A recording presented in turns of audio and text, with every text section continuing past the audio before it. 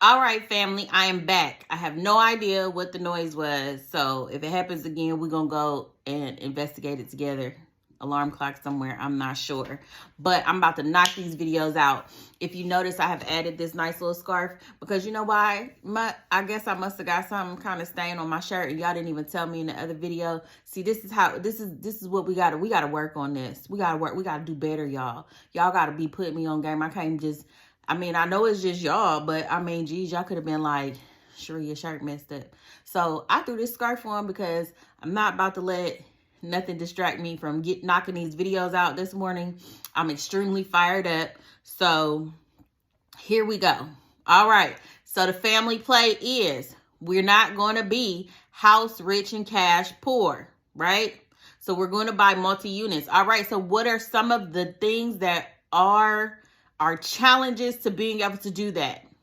The first thing is credit. So last night we talked about what we're going to do about our credit. The first thing that we're going to do is we're going to pull our actual credit report. It's annualcreditreport.com. We're going to pull our actual credit report, see what is on our credit and our credit scores. A lot of us have Credit Karma and the like, all the different credit pulling apps, and those are a great tool, but they use what's called a Vantage score.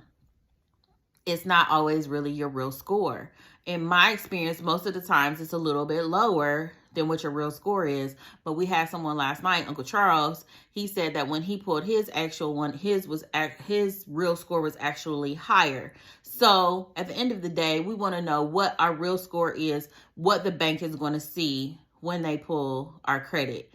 All right. So if we have some negative things on our credit, we can get those off. Both Jeff, my brother, and I have written letters. So I'm older than him. He done did the whole technology thing. Like, so he got online. Matter of fact, he did his right through Credit Karma and sent them a dispute letter to get things off of his credit. And they are off of his credit, and his credit score has shot up. Baby boy almost at a 700. Okay. I did it back in the day after I came out of bankruptcy. When I came out of bankruptcy, my credit score was 400. I got my credit score up to like 575 in 6 months by writing some dispute letters and getting anything that's owed off of my credit. No, you don't have to pay no credit repair somebody to do this for you. You can do it yourself. And I can show you how. So when we pull our credit reports, we're going to be looking for anything 7 years or older. The other thing that we're going to be looking for is sold debt. And what sold debt is that you had an old Macy's card that you didn't pay. Shame on you, but no judgment here, because I might have had one too. Remember, I filed bankruptcy for it too. So you might have had an old Macy's card and you didn't pay it. So then Macy's wrote it off. And then ABC Debt Collection Company came in and bought that bad debt from Macy's. So let's say you owed Macy's $250 that you never paid.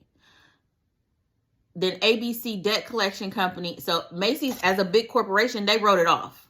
I don't got time for this. So at the end of the year on their taxes, they wrote it off that they took a $250 loss. Well, then here comes ABC Debt Collection Company, and they're like, "Hey, we'll give you $25." They literally buy the debt for pennies on the dollar. We'll give you $25 for that $250 debt. Macy's is like, they ain't never pay us. We done wrote it off. Sure. So now Macy's got an income on your debt because they know you're not gonna pay them at this point. They know, okay? So Macy's done got an income because they sold it for $25. They wrote off the other $225, and now ABC Debt Collection Company has your debt, and so now they're calling the heck out of your phone, telling you that you owe them $250, but you don't owe them $250. You don't know them. I don't know you. Do not pay ABC Debt Collection Company $250 because you don't owe them. Okay. And then ABC Debt Collection Company will put that on your credit. Well, we are going to dispute that because you never had a contract with ABC Debt Company. We had a contract with Macy's. I don't know who these people is. I don't owe them nothing. They shouldn't have bought that bad debt from Macy's. They knew it was bad. Macy's knew I wasn't going to pay them. So why they think I was going to pay them? You know why? Because we don't be knowing. And so we do what we don't know. So now you think that you really owe ABC Debt Company because you did have a Macy's account. And that's what they're going to say on there. Like, you owe us for this Macy's account. No, Macy's done wrote it off. Macy's done went on about their business. They ain't worried about me no more. Okay? And I ain't worried about ABC Debt Company. So we need to look on there and see how many ABC Debt Companies that we have that's reporting on our credit. And we need to write them a nice little letter and let them know that according to the law, because it is law, it is 18 USC 1681B is the law. So you can Google that. 18 USC 1681B, but it's also 1682E as well. You put that, we'll write our letters. We'll put that in there. We'll probably do it Jeff's way, the online savvy way. And we'll put that in there and say, hey, we do not owe this debt. And legally, within 45 days, the credit union has to take that debt off of your credit. So we're looking for owed debt that has been charged off, that we no longer owe anymore. Anything 7 years or older, hey, this is inaccurate, it's misleading, it needs to come off. We're looking for debts that have been sold. So we're going to start with those things and start clearing those things off of our credit. Simultaneously, we're going to do things to start building our positive reporting credit profile. So we're going to do things like get secured credit cards. What a secured credit card is our credit card with our money on it. So we might not be credit worthy right now, okay? It's okay. Our credit is in shambles, but we're going to build it up. So what a secured credit card is we're going to go to the bank and we're going to say, hey, I will give you $300 in return. Give me a credit card with my $300 on it and report it to the credit bureau every month. Now, there are some little things that you should know. Once you give them the $300, they're probably going to charge you about $100 fee of that. So your first $300, you're only going to have $200 available. But it doesn't have to just be $300. You have to start with a minimum of $300. Like, you could put more on there, okay? So we're going to get secured credit cards for my ones that just came out of college, out of high school, my young babies. Y'all need to have secured credit cards right now. Y'all all working jobs to my knowledge. And so we need, or if they not, mamas and daddies, we need to let them borrow $300 and go get them a secured credit card. So now that they can have positive reporting income, positive reporting credit on their credit report, because they need that. They need that score. They need that. So we are going to all get, if you need it, because some of you all have regular credit cards, that's fine too if you have a regular credit card. Or if you don't qualify for a regular credit card, you can get a secured credit card with the amount of money of your choice on it, as little as $300. And that is going to report. My brother, he made a very valid point last night. He said he don't do good with credit cards. That's cool, because what we will do, what they also have is what's called self-lending programs. And so what that is you reach out to the self-lending program. I will probably make another video or something with the names of the self-lending programs in there so that you can Google them and go ahead and start signing up for them. And all that is that you agree to send them a certain amount of money per month on time every month. And in return, they're going to report that money that you sent them to the credit bureau. But wait, there's more. What is the more? At the end of the term that you decide, so if you say you want to do this for 6 months or 12 months or whatever, they're going to send you your money back. Of course, they're going to charge you a little bit of fee, but you just killed 2 birds with 1 stone. So you just made a savings account and you got positive reporting on your credit for money that is yours anyway. So let's say I reach out to the self-lender. I say I want to send them $25 a month every month on the 14th for 6 months. So I've agreed to send them $600 a month, okay? So with $600 a month, $600 in $300 in 6 months. Listen, it's 6:45 in the morning, okay, y'all? I'm moving and grooving. My math ain't mathing, but that's okay. Follow along. 25. Wait, that ain't even right, is it? Let me just get my calculator out. I swear to goodness, I know math. I do. I just don't know what's going on right now. $25 a month for 6 months is $150. It's $150. So $25 a month for 6 months is $150. So we have agreed to send them $150. Well, after the 6 months, they're probably going to, I don't know what the fee is exactly, but they're going to take a little bit of that fee out. And, oh, y'all in the group chat this morning. Did y'all hear that? That's my group chats right there. All right. That was Cousin Chuck checking in. All right. Because we're going to support each other. If you're not a part of the group chat, you need to get in the group chat. So anyway,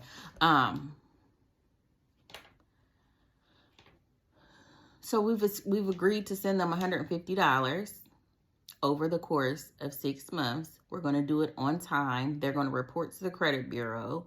And then at the end of the 6 months, they're going to send us our good little money back. So if you're not good with saving, because we already talked about like to do this home play, this house buying play that we about to do collectively together as a family, you might end up needing about $1,000, $1,500, even though we're going to use the down payment assistance programs. There's some things that you cannot, you're going to have to pay for out of pocket. Well, y'all need to sign up for a self-lending program. $25 a month is probably not enough. I probably would do like $100, because remember, it's your money and you're going to get it back anyway. Okay. And the fee that they charge you is worth the benefit that it's going to have. Okay. All right. So that is another thing that we're going to do to build our credit. We talked also about bankruptcy. So a lot of people are going to tell you not to file bankruptcy. What I'm going to tell you is that if you got a lot of debt and you know you don't got it to repay it and you ain't going to repay it, go on file bankruptcy. Go on file bankruptcy. Just go and get it over with. Now, there's 2 types of bankruptcy. There is a Chapter 7 bankruptcy and there's a Chapter 13. Chapter 7 is where everything gets dismissed and you don't have to pay none of it back. Chapter 13 is where you still pay some of it back. Don't do a Chapter 13. If you're going to file bankruptcy and it's going to fuck your credit up, I'm sorry. My aunties, it's early. I didn't mean to say that word. Sorry. If you're going to mess your credit up. If you're going to mess your credit up anyway, don't file the 13. Go and file the 7. And if you're going to file bankruptcy, go and file it now and get it over with, because a Chapter 7 bankruptcy takes 90 days from the date that you file for it to be complete. It's not a long process, but it takes 90 days for that bankruptcy, for everything on your debt on your credit to end up getting discharged. A discharge means you don't pay them people back. Your bankruptcy is over and you can move on with your life. Now, I filed bankruptcy. When I came out of bankruptcy, my credit score was 400. I started writing them dispute letters. I got me a couple of secured credit cards. Within 6 months, my credit score was high enough for me to be able to buy my first house. And I bought my first house at 21 years old. Okay? So this is doable. All right. The other thing we want to talk about is Cousin Chuck had a situation, and I didn't think about this last night, but Cousin Chuck had a situation where he had $20,000 down. He didn't have any debt on his credit because he had paid everything off. He was used to paying for everything in cash, and they told him that he didn't have enough debt reporting on his credit report for him to qualify. So they told him to go get a car loan. I don't suggest car loans, okay? But we'll talk about that in another video too, as a person that sells cars. But yeah, they told him to go get a car loan. So now Cousin Chuck got a car note, probably paying over the amount that the card is actually, again, another video. Okay, I'm getting derailed.